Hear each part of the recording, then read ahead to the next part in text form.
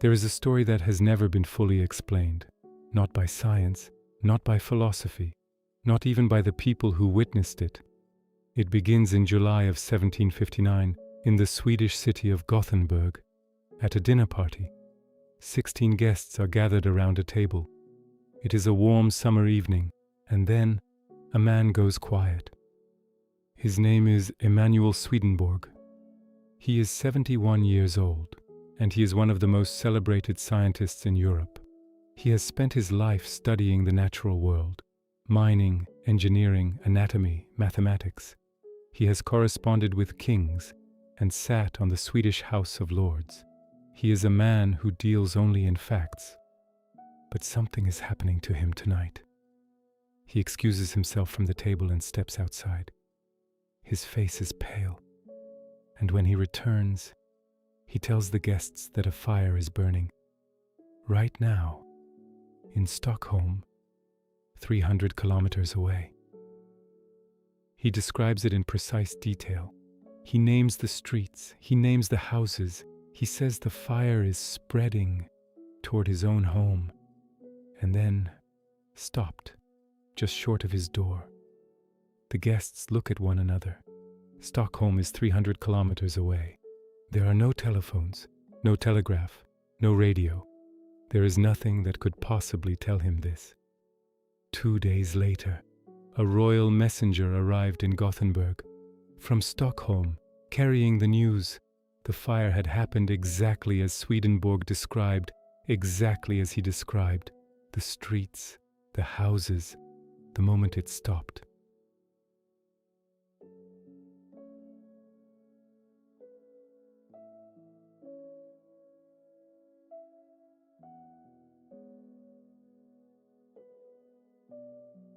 Philosopher Immanuel Kant, one of the greatest rational minds in Western history, spent months investigating this incident. He gathered testimonies from the witnesses. He wrote about it in his own letters. He could not explain it. But here is what makes this even more remarkable. The fire is only the beginning, because Emanuel Swedenborg did not just see distant events. He claimed to see something far, far beyond that. He claimed he could see the other side, and for 27 years he wrote down in extraordinary detail what happens after we die, who we meet, what survives, and whether the people we love are truly gone. And what he described there may change the way you think about the person you have lost. Welcome to Whispers of Hope. Who was Emanuel Swedenborg? This is a question worth taking a moment to sit with. Because so often, when we hear claims about the afterlife, we ask ourselves, who is saying this? Do they have reason to deceive? Are they seeking attention? Are they unstable? These are fair questions, and in Swedenborg's case, they have remarkable answers. Emanuel Swedenborg was born in Stockholm in 1688.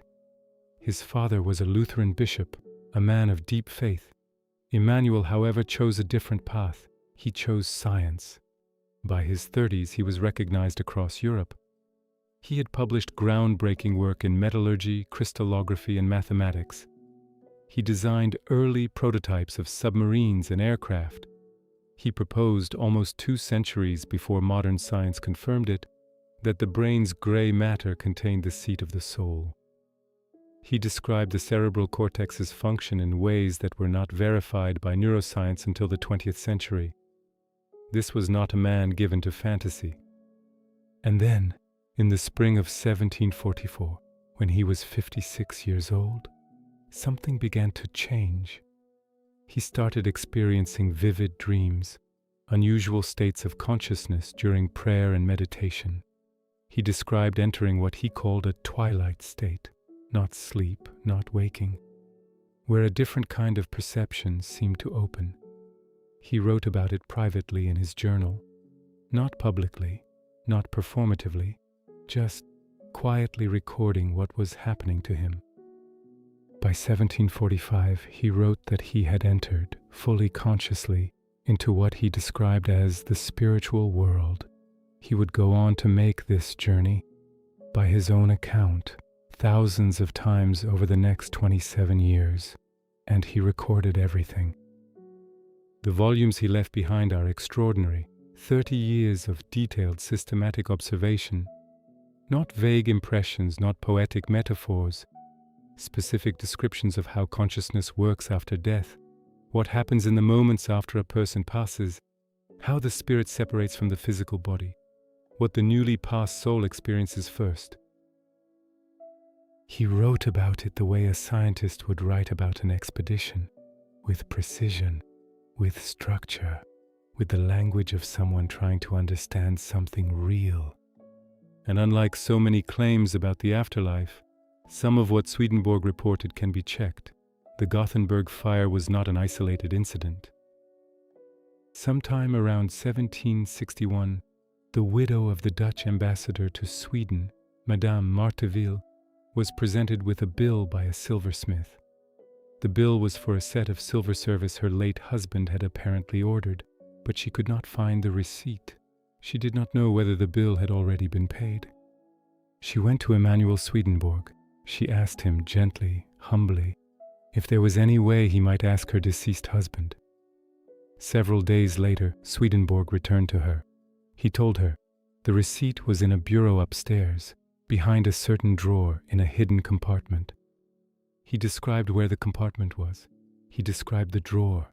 He described that, in the same compartment, she would also find a secret correspondence between her husband and the Dutch royal court, letters she had never known existed. She went home. She found the hidden compartment. The receipt was there. The letters were there. Somehow, he knew.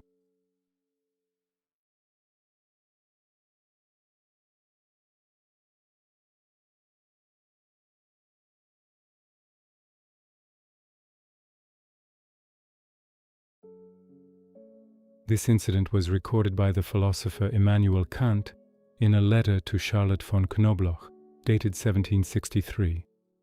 Kant had personally commissioned a friend living in England, the English merchant William Casval, to travel to Sweden and verify the account. Casval met with the people involved. He gathered testimony.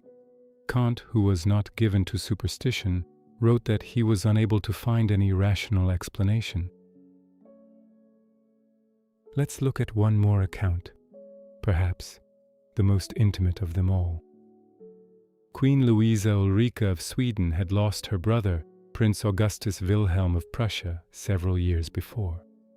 She had questions, private, personal questions, that only he would know the answers to. She arranged a private audience with Swedenborg. He spoke with her alone, he left, and then he returned some days later. He delivered a message the Queen later described as containing details that, and this is her own account, only she and her dead brother could have known. Private matters, family secrets, words only he had said to her. She was visibly shaken. She said to those around her that what Swedenborg had told her, no living person could have known.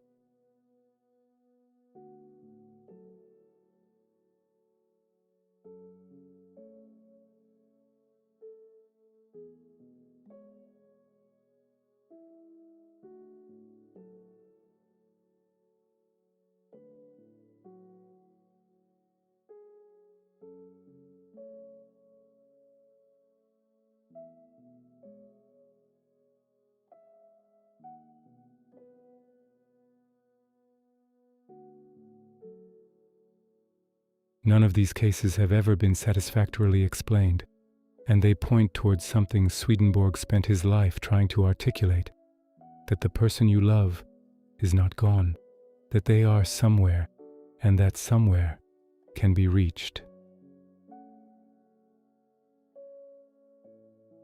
Maybe you are here because you have lost someone. If so, I am sorry. I know what it is like to lose somebody that you can't live without. Perhaps you have sat in their chair, cuddled their jumper, found their handwriting in an old birthday card and just held it, because the love doesn't stop. The profound insights of Emanuel Swedenborg, along with so much other afterlife evidence, show us something beautiful. that love has somewhere to go. It is received. Swedenborg didn't describe the afterlife as most of us have been taught to imagine it. No clouds, no harps, no faceless eternity. What he described was familiar. He said they wake, if that is the right word, and they feel like themselves. They have their memories, their personality, their preferences, their sense of humor. He described it as a gradual awakening, a slow, gentle understanding that something has changed, and that this change is not an ending, it is a becoming.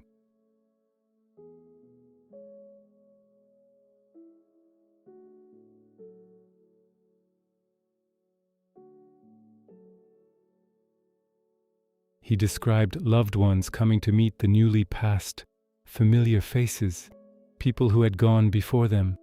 He said the reunion was immediate, warm. He described it as something like waking from a dream and finding yourself at home. And he was clear. The person who passes is still themselves. They still remember you. They still love you.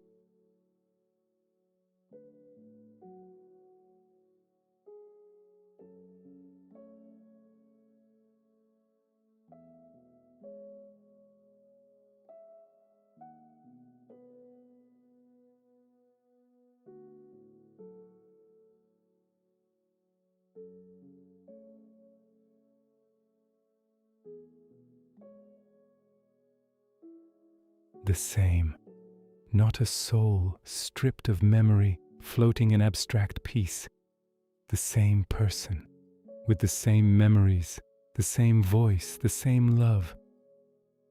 Think of what that means. The person you lost, with their particular laugh, the way they held their cup, the names they called you that no one else ever called you. Everything that made them so special. Swedenborg said, that is not gone.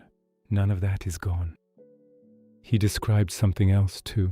He described how those who have passed can find their way back to us, not dramatically, not with thunder or strange voices in empty rooms, quietly. He described them as able to be present near those they love, near their children, near their partners, near the people they worshipped, and he used that word, worshipped in the earthly sense, just by loving so deeply. He said the spiritual world is not distant. It is not behind some locked and unreachable door. He said it is very close, closer perhaps than the next room.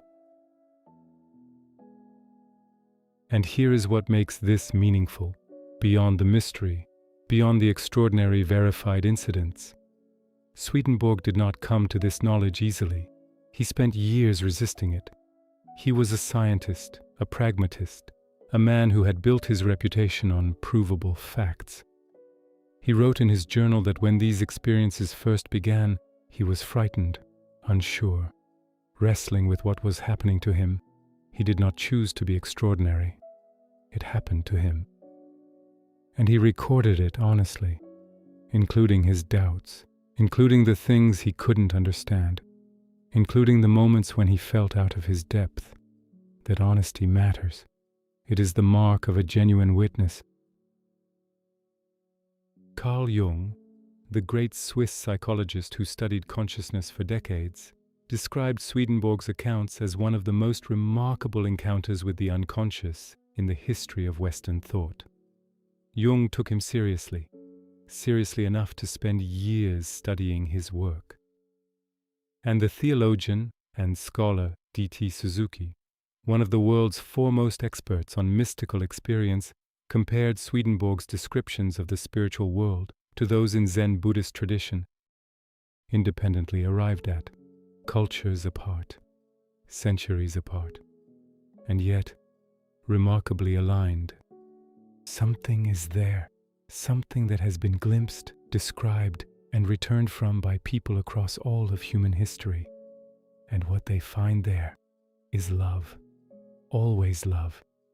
That is the constant, not punishment, not emptiness, not silence, love.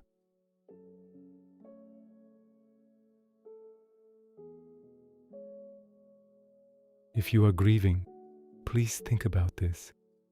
Based on evidence, based on testimony, based on the experience of a man who gave his life to understanding what lies beyond this one, your person is not gone. He described how those who have passed continue to think about those they have left behind, that they are not sealed off, not sleeping, not unaware. They are aware. They know you are here. They know you are missing them. They know the shape of your grief. And if Swedenborg's accounts tell us anything, if the Gothenburg Fire tells us anything, if the hidden receipt tells us anything, if the shaken Swedish queen tells us anything, it is that the wall between this world and theirs is thinner than we imagine. In his later years, when Swedenborg knew he was dying, he faced it without fear. Those around him reported that he was calm, serene. At one point, a friend asked him, "Are you telling the truth? Is all of this real?"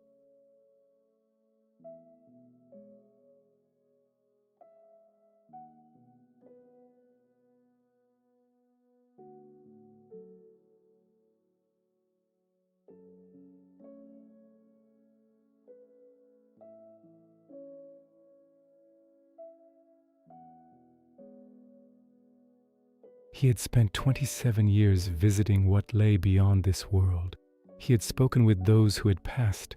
He had seen the landscape of what comes after, and at the end of his own life, he was not afraid, because he knew what was waiting.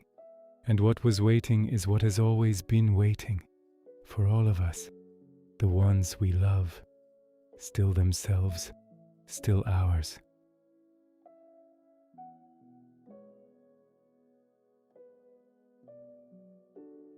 If you are carrying grief today, let this be a small lamp in the dark. And one day, in a way you cannot yet imagine, at a time you cannot yet see, the distance between the ones you love will close, and it will feel like waking up. It will feel like coming home.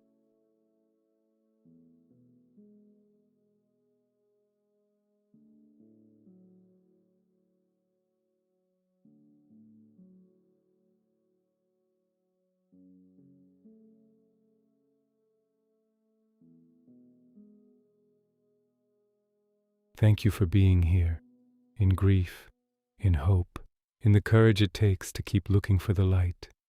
If this brought you something, even a breath of peace, please share it with someone else who might need it. You are not alone in this.